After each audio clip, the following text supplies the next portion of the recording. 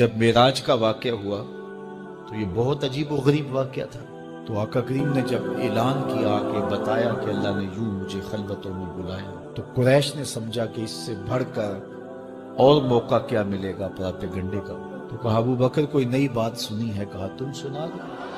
کہا اگر کوئی کہے کہ رات کی مختصر تنہائی میں مسجد حرام سے مسجد اقصیٰ تک پہنچا ہوں، پھر وہاں سے واپس بھی آ گیا، تو بات ماننے میں آتی ہے؟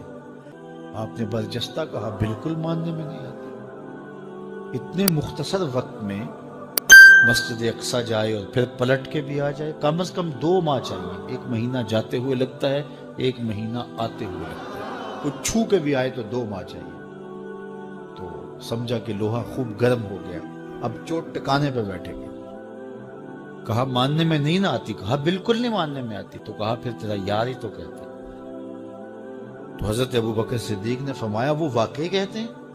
ہاں ہاں ہاں انہی کا کہنا ہے۔ تو حضرت ابو بکر بولے لئن قالہ فقد صدق فاصدق، اگر انہوں نے کہا ہے تو سچ کہا ہے، میں تصدیق کرتا ہوں۔ کہا ابھی تو تم کہہ رہے تھے کوئی کہے تو ماننے میں نہیں آتا۔ کہا کوئی کہے تو اب بھی نہیں مانوں گا، وہ اس سے بھی عجیب کہے تو مان لوں گا۔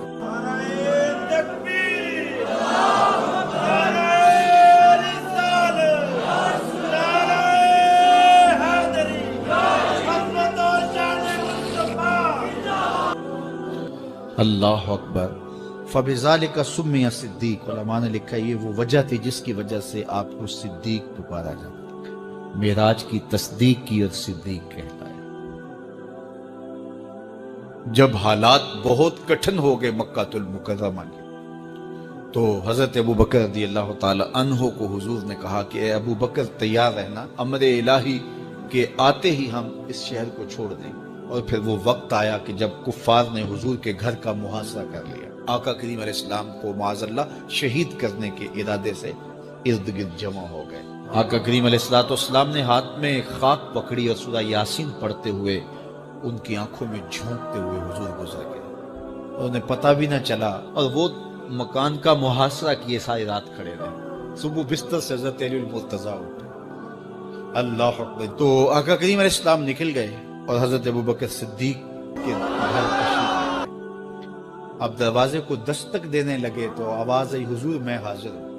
تو کہا ابو بکر تم تیار ہو؟ کہا حضور آپ نے کہا نہیں تھا کہ تیار رہنا، کبھی ہجرت کا حکم آ سکتا ہے، تو میں تو اس دن سے ہی تیار رہتا ہوں کہ کب حضور آئیں اور جو فرمائیں میں وہی کروں۔ مکہ المکرمہ سے جو مدینہ المنورہ ہے وہ شمال کی جانب ہے، اور غار ثور مکہ المکرمہ سے جنوب کی سمت ہے۔ تو آقا کریم علیہ السلام نے سفر کرنا تھا مدینہ شریف کا، تو شمال کی سمت نہیں گئے بلکہ وہاں سے سفر جنوب کی جانب کیا، اور پھر وہاں سے لے کے حضور کو وہاں تک گئے، اور جبل ثور کی چوٹی پر وہ غار ہے، اس غار میں جانے سے قبل عرض کی حضور ذرا میں غار کے اندر کے ماحول کا جائزہ لے لوں۔ اللہ اکبر۔ غار کے اندر اترے، پہلے اس کو صاف کیا غار کو، پھر دیکھا جگہ جگہ سوراخ تھے، تو اپنا امامہ پھاڑ کے قمیض اتار کے اس کے ٹکڑے کر کے ان سوراخوں میں کپڑا دے دیا۔ 2 سوراخ ایک روایت کے مطابق، اور ایک روایت کے مطابق 1 سوراخ بچ گیا، اس میں اپنی ایڑی رکھ دی، اور پھر آواز دی جان عالم اندر تشریف لائے۔ تو آقا کریم علیہ السلام غار میں چلے گئے، تو سیدنا صدیق اکبر رضی اللہ تعالی عنہ نے اپنی گود میں آپ کا سر رکھا اور حضور لیٹ گئے۔ اللہ اکبر، کیا منظر ہوگا! صدیق اکبر نے حضور کو دیکھا اور جی بھر کے دیکھا، اور ایسا دیکھا کہ کوئی اور شریک بھی نہیں تھا۔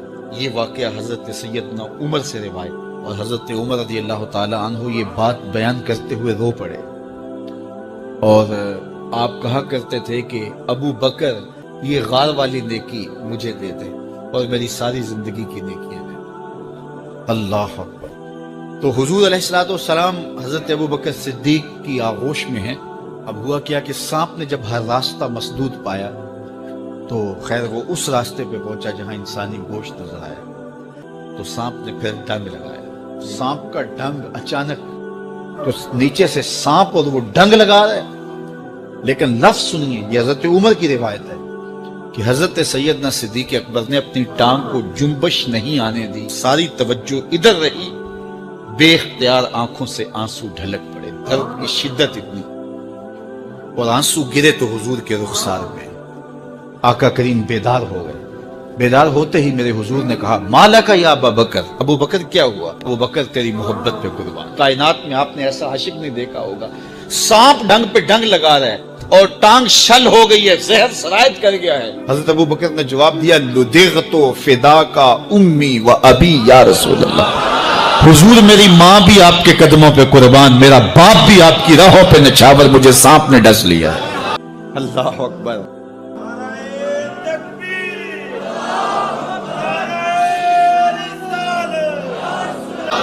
تو اس مشکل وقت کے اندر بھی ادب کا کرینہ نہیں چھوڑا، اور پھر وہاں سے حضور جو ہے وہ 3 دن گزارنے کے بعد مدینہ المنورہ کی جانب روانہ ہوئے۔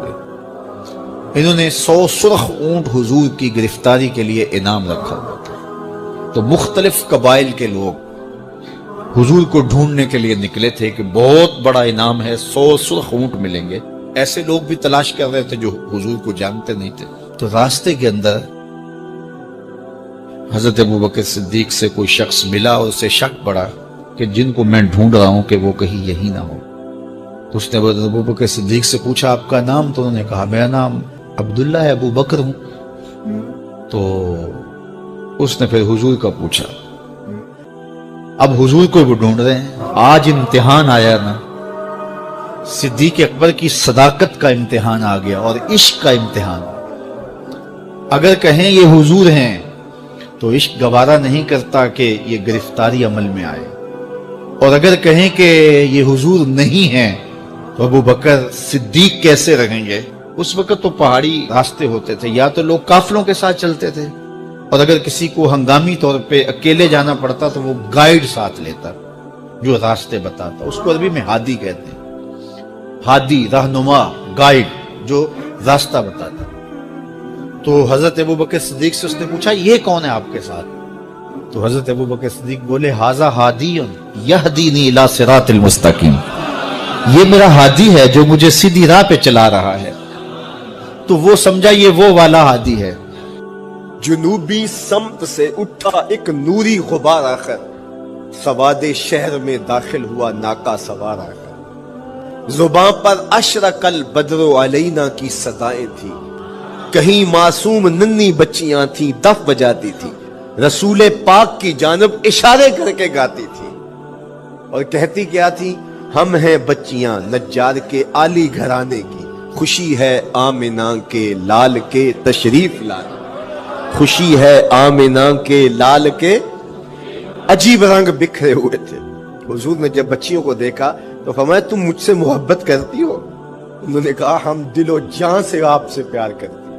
تو حضور نے فرمایا واللہ انا احبکن، اللہ کی قسم میں بھی تم سے پیار کرتا ہوں، میں بھی تم سے پیار کرتا ہوں۔ لوگ گھروں کو سجائے بیٹھے، ہلم الینا یا رسول اللہ الی العدد والعدۃ والمنع، حضور آ جاؤ نا، آ جاؤ، ہمارے پاس اسلحے بھی ہیں، کسی نے حملہ کیا توڑ کے رکھ دیں گے، ہمارے بڑے بڑے گھر ہیں، مہمان آئے سنبھال لیں گے، رک جاؤ نا ہمارے گھر۔ اب اتنے چاہنے والے ہوں تو کس کو پذیرائی دے؟ حضور اونٹنی کی مہار گردن پر ڈالتے، خلو سبیلہا ناقتی مامورۃ من اللہ، اس کی راہیں چھوڑ دو، یہ اللہ کے حکم کی پابند ہے۔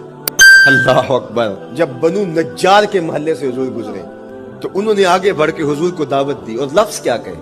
ہلم الی اخوالک یا رسول اللہ الی العدد والعدۃ والمن، حضور ادھر تو رک جاؤ، یہ تو آپ کے ننیال کا محلہ ہے۔ لیکن حضور نے فرمایا کہ بس میری راہیں چھوڑ دو۔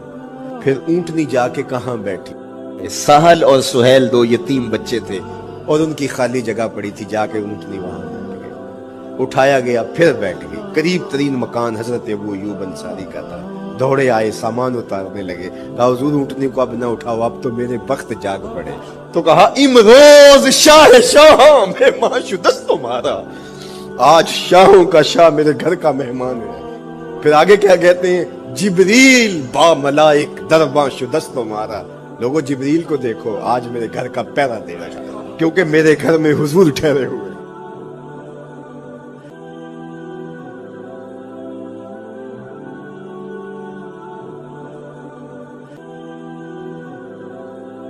اور اگر آپ نے ابھی تک ہمارا چینل سبسکرائب نہیں کیا تو فوراً سبسکرائب کیجئے، ساتھ ہی بیل آئیکن پر کلک کریں تاکہ مزید آنے والی ویڈیو ہیں وہ آپ کو وقت پر ملتی رہیں۔ اللہ حافظ۔